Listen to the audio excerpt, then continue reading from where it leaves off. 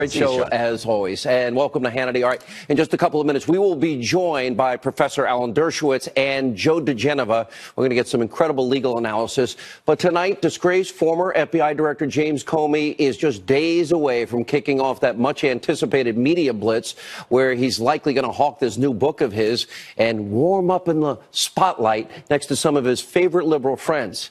Well, tonight, Comey is already in hot water after comparing the president to a mob boss. Really? We're going to break down this appalling analogy. We'll remind Comey tonight what a real mob boss looks like. And you would think that a former FBI director would understand this, but we'll give him an education tonight. And also, an American-led response to Syria's gas attack looms ever so present. The president is now sending a clear warning to Assad's ally, Vladimir Putin. He's pulling his ships out of the region. And also breaking tonight, after 8 months of DOJ stonewalling, the House Intel Committee Chairman, Devin Nunes, and the House Oversight Committee Chairman, Trey Gowdy, were finally able to see the original document that kicked off the entire corrupt Russia investigation. Okay, good start. Where's the other 1.2 million documents that they have subpoenaed? Now, this only happened because Devin Nunes threatened Rod Rosenstein and the FBI Director Chris Wray with contempt and impeachment. All right, we've got all of this and more. An important breaking news opening monologue. All right, it's the moment liberals, the Trump-hating press have been so anxiously waiting for. Former disgraced FBI Director James Comey is ready to cash in on his very public hatred for President Donald Trump. Now, his book tour kicks off on Sunday. We couldn't have scripted this any better. He's sitting down for his first interview with Clinton sycophant turned ABC so-called news journalist George Stephanopoulos. Really? Mob boss. Let's think about this. Of all the people, the former head of the Federal Bureau of Investigation, the person responsible for taking down actual deadly criminal gangs, shouldn't James Comey know better to make an outrageous comparison like that?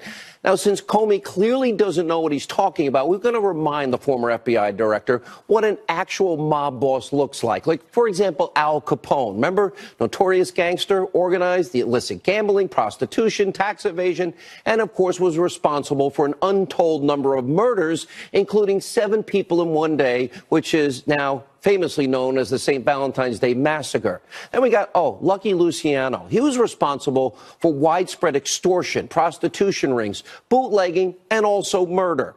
And last but not least, we can go on all night. Look at John Gotti, convicted of 13 murders, also involved in racketeering, tax evasion, illicit gambling, and, of course, obstruction of justice. So, Mr. Comey, you're really going to compare the sitting president of the United States to a mob boss so you can make money?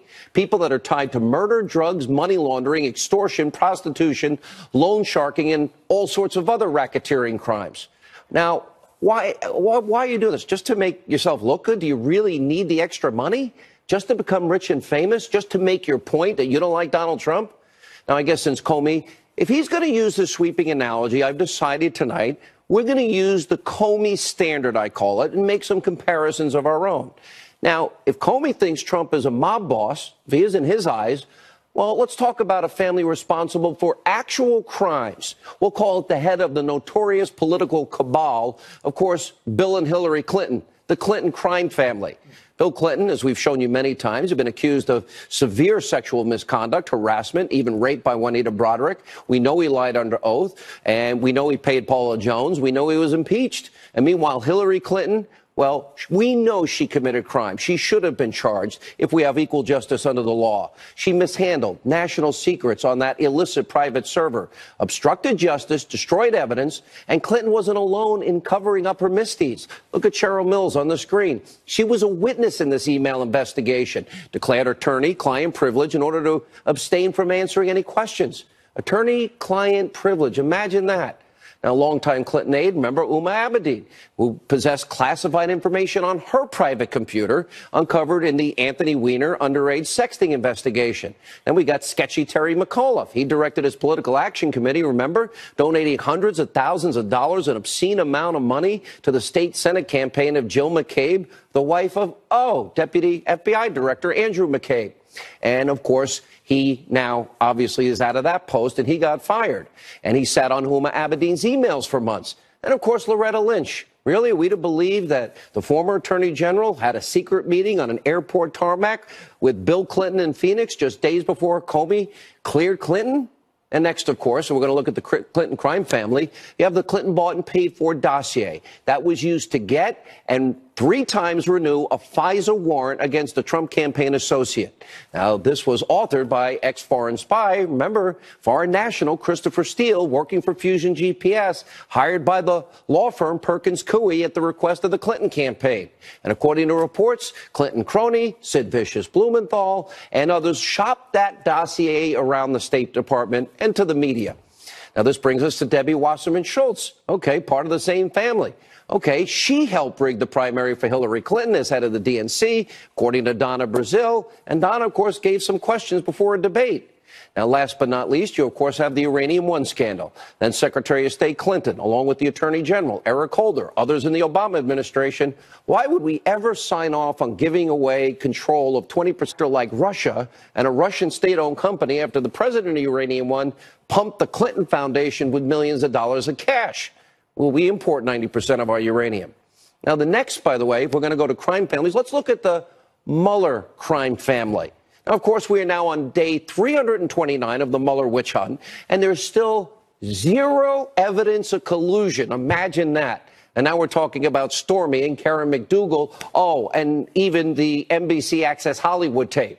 Now, let's start with Mueller. Remember, this whole witch hunt started when Mueller's best friend, James Comey, leaked his personal, potentially classified notes to his friend, who was a professor at Columbia, who leaked those notes to the press, all as a purpose for setting forward the wheels in motion for a special counsel, which he got. Another best friend, Robert Mueller. We'll have more on that in a minute, but stay focused on Mueller. During Mueller's time as a federal prosecutor in Boston, four men wrongfully imprisoned for decades, framed by an FBI informant and notorious gangster Whitey Bulger, all while Mueller's office looked the other way. And Mueller was also responsible for the prosecution of the wrong person following the anthrax attacks after 9/11. That took place during Mueller's tenure as the head of the FBI. And by the way, in that case with Whitey Bulger, a whole $100 million payout, and 2 of the 4 people died in jail that were put in there, and they were innocent. And then look at Mueller's merry band of Democratic donors. Couldn't find one Trump supporter to work on the special counsel case? Take a look at the side of your screen. Tens of thousands of dollars to Democrats, Hillary Clinton, Barack Obama, not a single penny to Donald Trump. And then you have, why would anybody pick this guy? The New York Times describes as Mueller's pit bull, Andrew Weissmann. His aggressive prosecution tactics have caused tens of thousands of people to lose their jobs, their livelihood, in the case against Anderson Accounting. Now, that was eventually overturned, 9-0 in the Supreme Court. He's also responsible for the imprisonment of 4 Merrill Lynch executives. That was overturned by the Fifth Circuit Court of Appeals, and he has been accused twice that I know of withholding exculpatory evidence by judges in cases.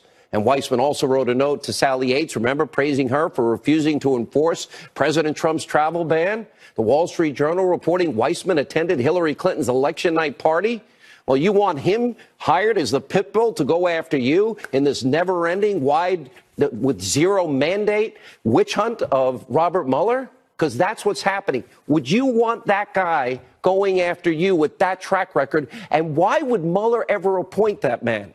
And then also on his team, Jeannie Ray. She previously has done legal work for the Clinton Foundation, huge Democratic donor. Can we say conflict of interest? Now, next up. Okay, we have the disgraced Trump-hating lovebirds. There's Strzok, there's Page, who Mueller tapped to help with the investigation. And based on all the text messages that so far have been exposed, there's a lot more coming, hopefully one day. It's apparent that they were out to get Trump from the very beginning, and they're the ones that texted about having the insurance policy in case Donald Trump actually won, and called them pretty much every nasty name in the book. Now, they got removed once their bias was exposed. Now, last but not least, we have one other crime family we want to tell you about. And, well, this is near and dear to Comey's heart. We'll call it the Comey crime family. He loves this analogy. Let's stay with it. And during his tenure at the FBI, we all know about the special treatment that Hillary Clinton received from the Bureau. Comey agreed to call Clinton's email investigation a matter when it was an investigation at the request of Loretta Lynch. Comey, with Peter Strzok and others, they wrote an exoneration in May before they even interviewed her, or 17 other witnesses in July. exoneration before investigation.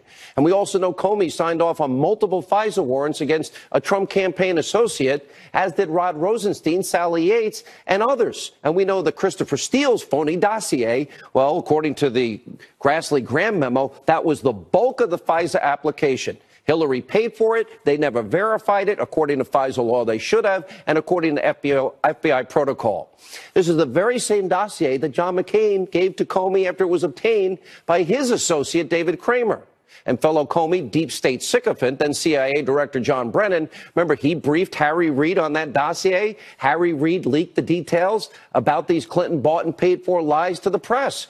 Now, knowing what we now know about what is obvious deep state crime families trying to take down the president, again, staying with Comey's analogy, aren't you now glad that Trump fired Comey?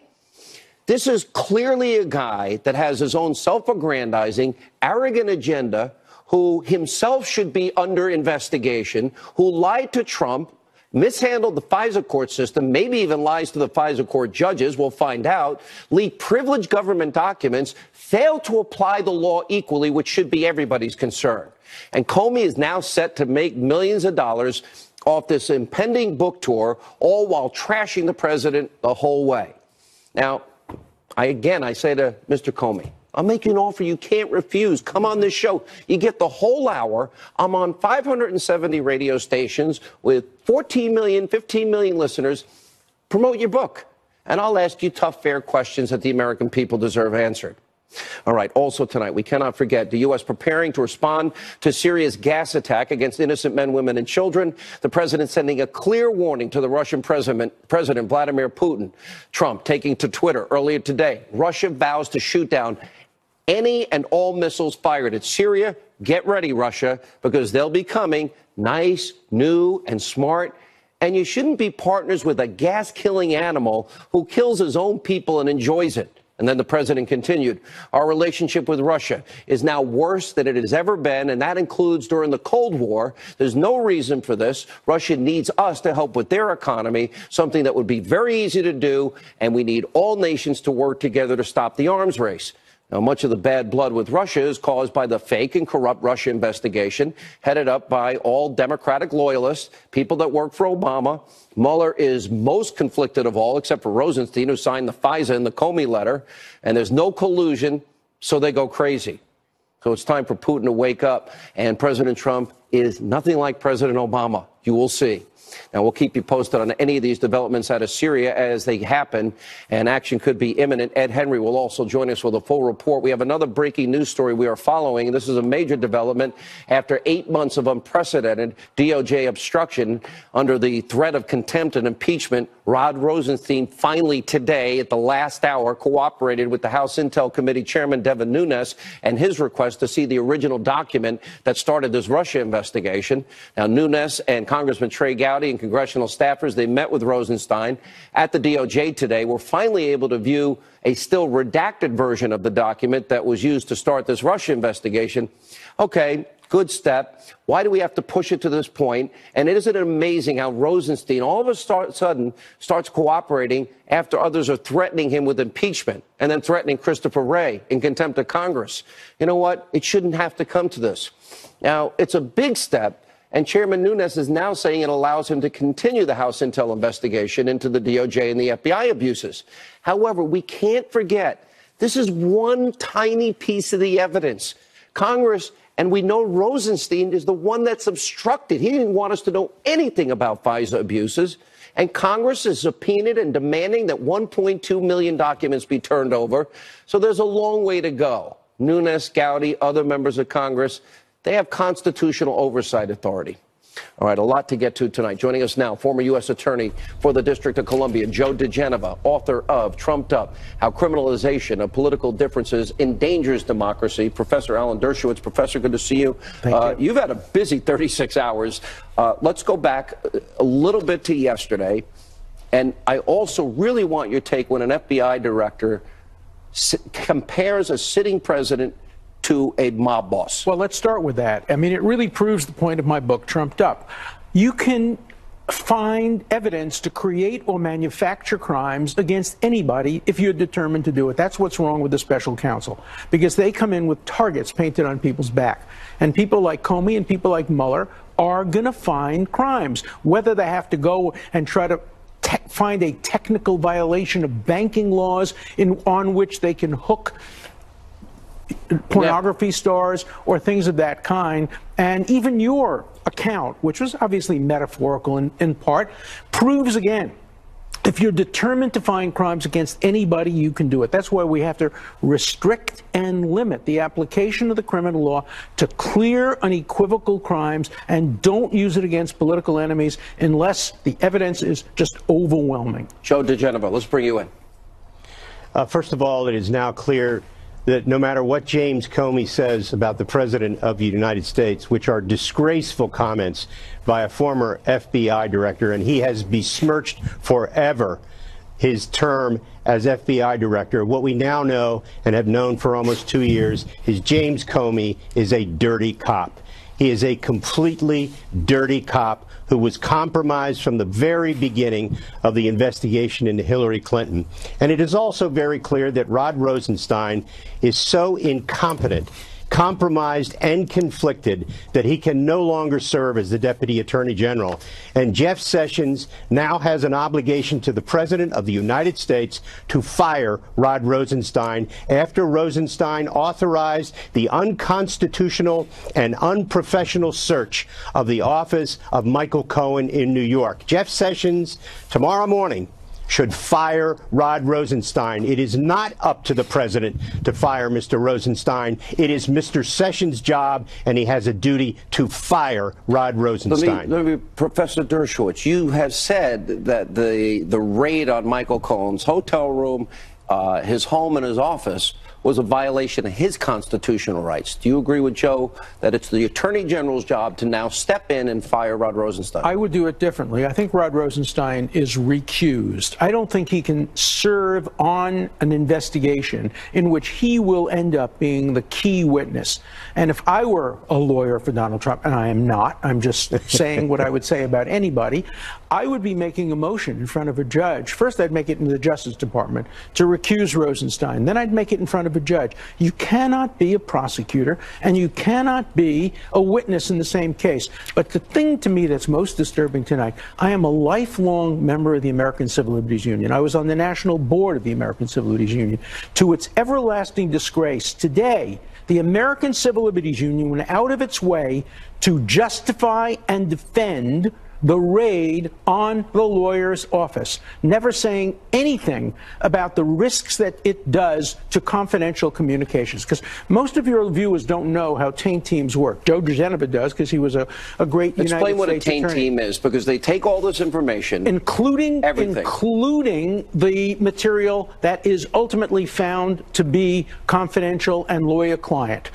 And then somebody in the government reads the material, including the material that's confidential. And then the person says, oh, but this material is confidential, although I've read it. I'm not going to give it to the prosecutor. I'm never going to tell anybody about it. And then suddenly it would, of course, leak. Let me give you an example, just to bring it home.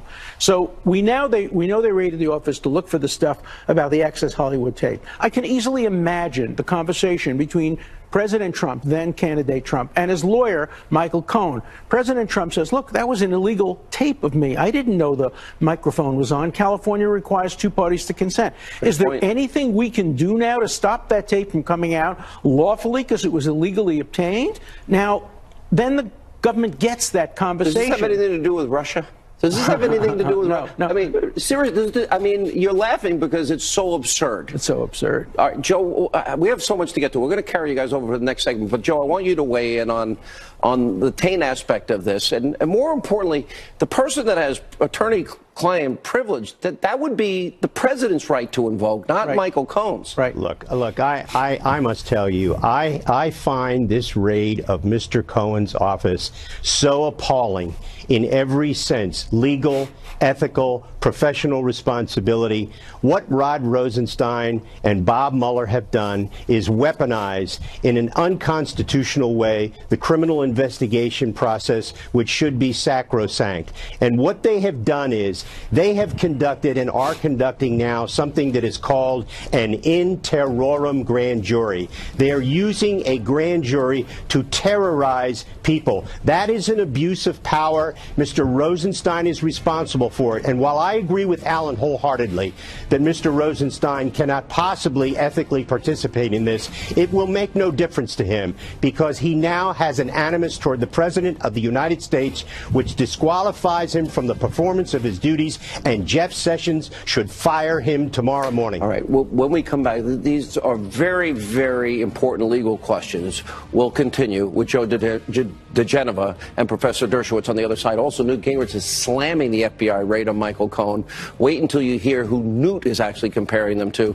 A lot of information, a lot of news, and we're watching Syria as we speak. Straight ahead.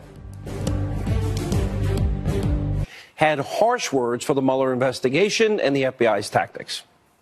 The fact is that Rob Rosenstein has not done his job. He has not supervised Mueller. This whole thing is an absurdity. We've now had Paul Manafort and his wife in their pajamas at 3 o'clock in the morning, having the FBI break down the door. We've had this real last week. Cohen, the lawyer, have the door taken off the hinges at 6 in the morning. We're supposed to have the rule of law. It ain't the rule of law when they kick in your door at 3 o'clock in the morning and you're faced with armed men and you have had no reason to be told you're going to have that kind of treatment. That's Stalin. That's the Gestapo in Germany. That shouldn't be the American FBI. All right, as we continue with Joe DeGenova and Professor Alan Dershowitz, these tactics are not American. That's the point. This is what we expect in Venezuela. This is not the United States or anything. So my question to you, what does the president now do? Because I don't think you can, in good faith, ever talk to Robert Mueller anymore. I think that's right. Look, nobody should ever talk to a prosecutor unless they have absolutely no alternative. No prosecutor is trying to help a person who is a subject in investigation. Right. Just ask Martha Stewart what happens when you talk to prosecutors. But he may have no choice. That was horrible. Wasn't that lying to the FBI, not the underlying crime? Right. And that's what happens. And that's, of course, why they want him to come and testify. Because remember, you can be charged with perjury for telling the truth. If somebody else gives a contrary story and the prosecutors decide to believe the other person, you can end up in a perjury trap for telling the truth. These are unbelievable times. I remember during the Clinton impeachment, people like Professor Dershowitz, Joe, were saying, where's the sense of proportionality? Where is the prosecutorial discretion in a lot of these things? Yes. I worry for the country because the president no longer can trust Mueller.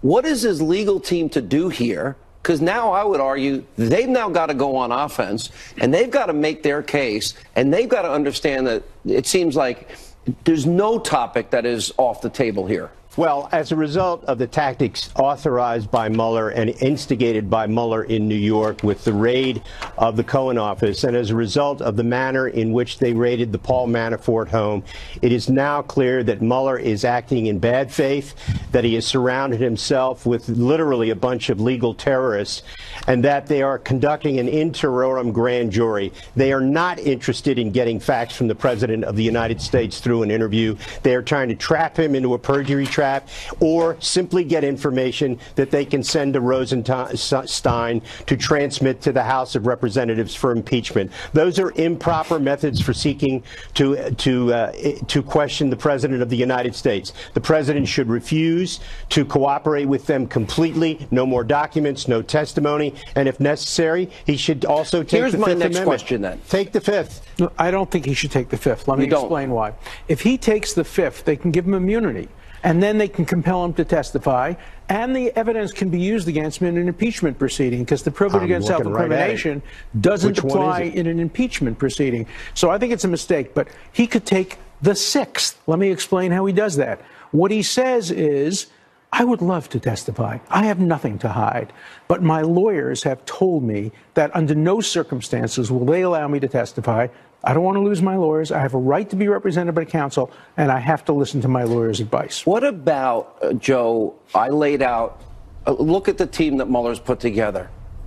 Why would anybody who's supposed to be fair, balanced, and objective ever hire Andrew Weissman, with one of the most atrocious records of any lawyer that I've ever read about, and frankly, even Mueller, going back to Boston and the anthrax case. These are not small cases here. Let me just say, I agree with everything that Alan said, and I just take a different view of why the president should take all legal steps necessary to avoid testifying. And by the way, I agree with that. If Mueller attempted to immunize him, I happen to believe that there are legal arguments that would make the president not have to comply with an order to make him testify before a grand jury. But let's put that aside. Mueller has no legitimacy. The tactics that they have chosen to use against a president of the United States, against whom there is no evidence of a crime and never has been from the beginning, the use of those techniques has delegitimized this investigation. Here's the other thing that's going on. Robert Mueller and Rod Rosenstein and Christopher Wray are doing mortal damage to the institutions that they represent. The American people know what's going on. They're watching this, and they are not happy. And I must tell you, Robert Mueller, I used to think was a decent guy and a guy who had a great career. He is destroying his reputation through the thuggish tactics which he has authorized and through the people that he has surrounded himself with. Let me remind you, Andrew Weissman. Let me remind you yes, sir. where this began. Let's go back in time. The Clintons were being investigated for Whitewater. What did it end up with? It ended up with a perjury charge for not disclosing an alleged sexual relationship with a woman that had nothing to do with the alleged underlying crime. And we allowed that to happen. And some of the same people who are complaining today were pushing that kind of thing, including some of the senators and congressmen. This circumstances, Joe, I hear you dying to get it. Go ahead. No, I'm just saying that I agree with Alan, and I think the one thing we shouldn't do is repeat a mistake. That's and right. I just have to tell you that what Bob Mueller is doing and has done is destroying the Department of Justice. And for Jeff Sessions to sit there like a bump on a log and do nothing about it is disgraceful. I think we all agree on that. And I would take it one step further. I think Jeff Sessions engaged in wrongful conduct by not telling the president before he was appointed that I'm going to recuse myself. The president never would have appointed him. The president doesn't want a part-time attorney general. He would have had a nice conversation saying, I appreciate you're recusing yourself, but I need a full-time attorney general. And he would have appointed Joe DeGenever to be the attorney general. Well, maybe Joe, or maybe you, Professor. All right. Guys, thank you. Very smart analysis. Our audience needs to hear from both of you. When we come back, the media's anti-Trump agenda now hitting new lows. Michelle Malkin, Dr. Gorka, they're next as we continue.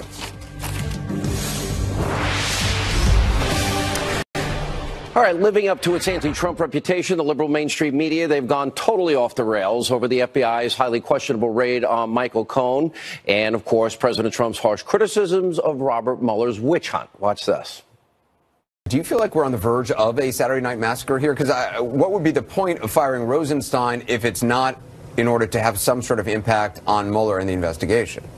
We're in a constitutional crisis. The President of the United States has made clear to those around him, as those who are closest to him in the White House and among his friends, that he is determined to shut down this investigation. We're sitting around pontificating about something that hasn't happened, that's going on a lot of unnamed sources. So I don't think that we should get too far ahead of our skis. I do think everything you're saying about what would happen if he does fire Mueller, I've said, Lindsey Graham has said it's political suicide. Yeah. I 100% think there would be, I think there would actually be rioting in Washington, D.C. I think it would be at levels we haven't seen. I have to say. All right, joining us now to react to all of this, the host of Michelle Malkin Investigates, CRTV, Michelle Malkin, former deputy assistant to the president, and Fox News national security strategist, Dr. Sebastian Gorka. All right, Michelle, there's so much here.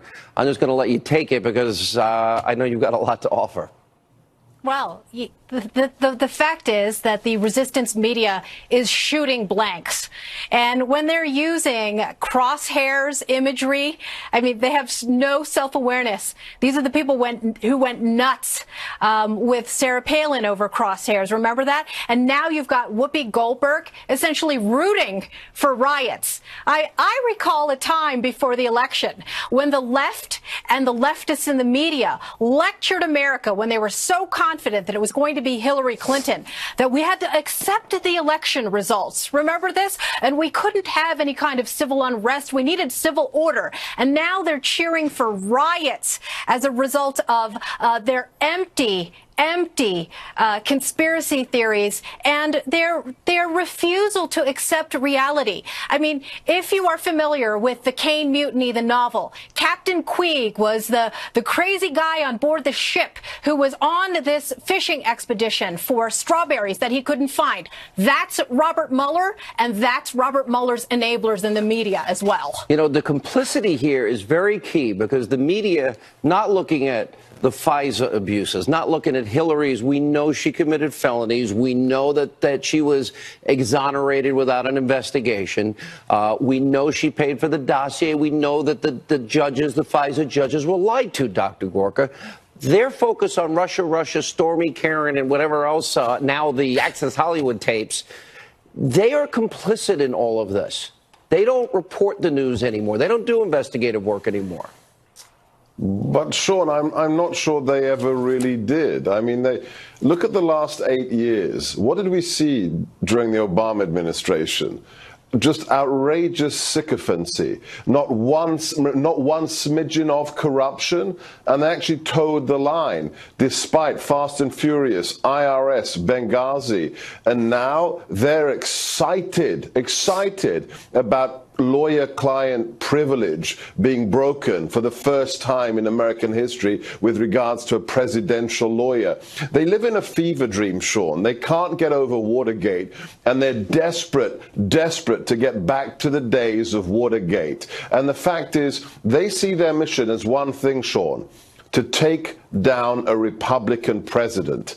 That's not the job of the media. But that's what they think they are doing, and they're detached from reality, because compare that to what the average person outside the bubble has lived through in the last 15 months, and they're loving it, from the economy to ISIS to the crushing of illegal migration across the southern border. Nobody ever, I think we're the only show that has reported all the good news, and I put my list up. I'll bring it back this week.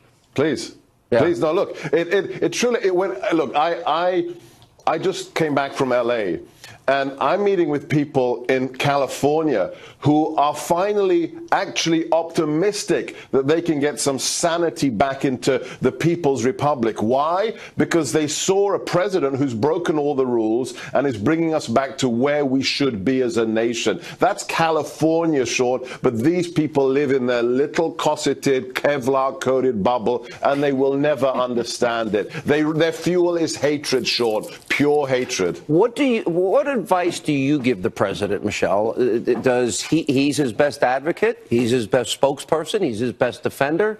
Does he go out directly now to the American people? Does he just let his lawyers go out there and do it? What would you recommend? Well, he has always trusted his own instincts, and clearly there's been a house cleaning I think that was in order, and he's just going to, let Trump be Trump. I think that's what's going to have to happen here, and as long as he has a direct conduit to the American people, and that's why it's important that he keeps speaking his mind, whether it's impromptu at tax reform conferences where he throws out the talking points and instead talks about what people were very concerned about at that moment, which was the invasion that continues to happen on our border and pulling out all the stops. Yeah, go ahead. Yes. Dr. Worker. Yeah. One thing for the president, we need more surrogates. He's the best communicator, but when I was in the White Hat, it was just Sean, me, Kellyanne, and Sarah. We need everybody out there, Stephen Miller, Peter Navarro, more surrogates telling the success story. Okay, guys, great advice. We appreciate your time. All right, when we come back, Ed Henry with a live report from the White House on President Trump's potential military action. Could be any minute against Syria. That's straight ahead.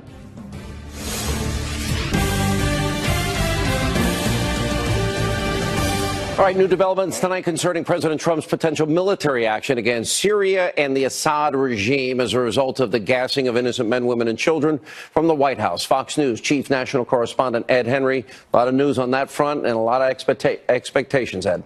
That's right, Sean. Remember, on Monday, President Trump said a decision would be coming in 24 to 48 hours. That puts us right about now, which is why the U.S., Russia, and Syria, all the militaries of those nations preparing for the possibility, at least, of military action. In fact, the U.S. has a guided missile destroyer in position off the coast of Syria. You see it there, the USS Donald Cook, roughly 75 Tomahawk missiles on board, 20 surface-to-air missiles, other air and military power on the way as well. Russia has about 11 warships in the vicinity of its naval base in Syria and have been put out to sea in recent hours as Russian officials declare they're ready to engage any U.S. or allied warships that fire on Syria. That tough talk from Russia came after the president tweeted today, quote, Russia vows to shoot down any and all missiles fired at Syria. Get ready, Russia, because they will be coming. Nice and new and smart. You should not be partners with a gas-killing animal who kills his people and enjoys it.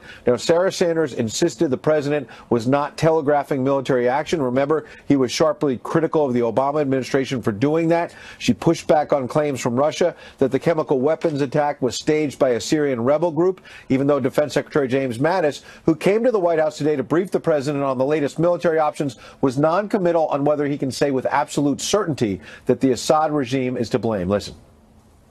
Have you seen enough evidence that to blame the Assad regime for this most recent chemical attack? Have you seen evidence confident to make that assumption? We're still assessing the intelligence ourselves and our allies. We're still working on this.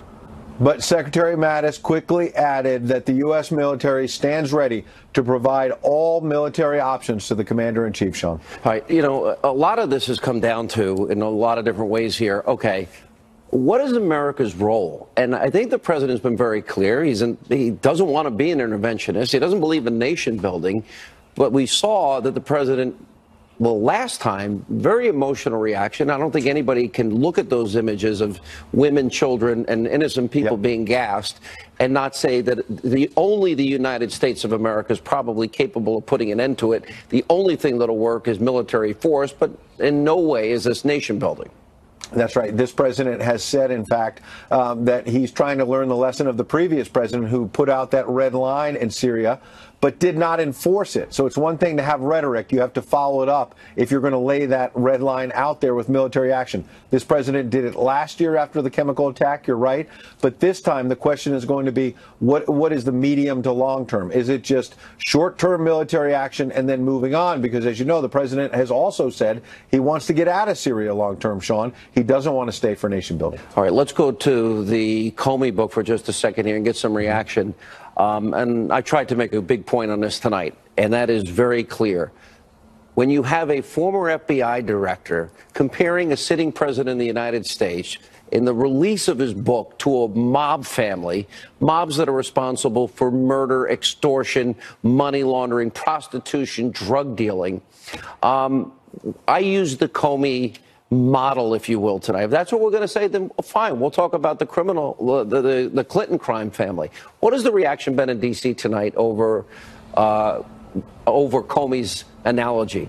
Well, there's some shock about this, number one, because it certainly makes it seem like James Comey is much less of an honest broker than he has portrayed himself in the mainstream media when he says things like that, if in fact that is what he is telling ABC News in their special to come. The other key point that I'm hearing from Republicans on Capitol Hill who have been investigating the possibility of a second special counsel is that James Comey is a fine one to talk because even before this book has come out, there are some big developments. You have Andrew McCabe challenging James Comey's account in some ways, and Loretta Lynch, the former Obama Attorney General, has challenged his account as well. So he has his own problems with the truth, James Comey. And let's not forget another big development. A lot of issues. Wait till next week. We have a lot on James Comey. The book's coming out. Guess what? The Inspector General report is coming out from the Justice Department, Sean, and it might not be good for James Comey. So that may coincide with this book tour. All right, Ed Henry at the White House joining us now with reaction, author of the new book, Reaper, Ghost Target, a sniper novel, former Brigadier General Tony Tata, also with us, retired CIA Senior Intelligence Officer, Sonoran Policy Group Vice President Danielle Hoffman. Mr. Hoffman, let's start with you. I think we're obviously a little closer. It looks like it's happening.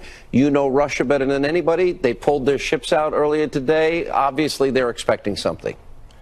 They are, and I can tell you from the perspective of a CIA officer who I served in Moscow for 5 years and in the Middle East.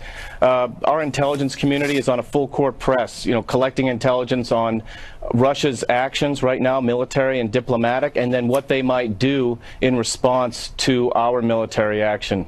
Yeah. All right, General Tata, at this point, with all the bluster from Moscow, not Putin himself, when Russia starts pulling their ships out, they obviously don't want to be collateral damage here or involved in this. So would you say that the threats that they're making, Moscow is making, they'll take our missiles out of the sky, is that an empty threat?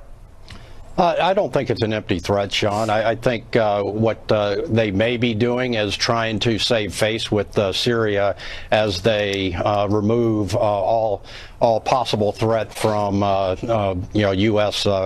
airplanes, jets, missiles that could be coming in. And I'd just like to say, unlike what the Democrats have been trying to do in this country for the last 16 months, which is to remove a duly elected president, regime change is not our goal in Syria. In fact, what we should be doing is, and what we are doing is applying the elements of national power, diplomatic, information, military, economic, to enable our national security strategy, which is to essentially prevent weapons of mass destruction and to have an international order based on the rule of law. Real quick, last exit question. Are you both convinced that this was Assad in Syria? No chance otherwise? Absolutely. I'm 100% convinced. Oh, you both answered at the same time, 100%. Yes, sir. All right, thank you both. We appreciate it. We're watching that very closely. When we come back, Speaker of the House Paul Ryan announcing he is not seeking re-election. His reasons next. All right, earlier today, House Speaker Paul Ryan announced that he will not be seeking re-election. Here's what he said. Today, I am announcing that this year will be my last one as a member of the House. To be clear, I am not resigning. I intend to full my served term as I was elected to do. But I will be retiring in January, leaving this majority in good hands with what I believe is a very bright future. My kids weren't even born when I was first elected. Our oldest was 13 years old when I became Speaker.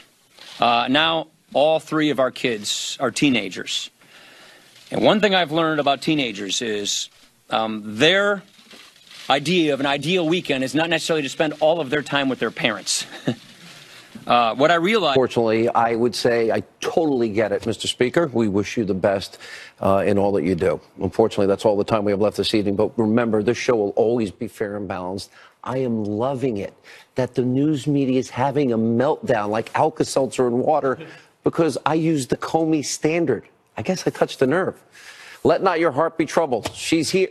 Laura Inger. I did that the last two nights.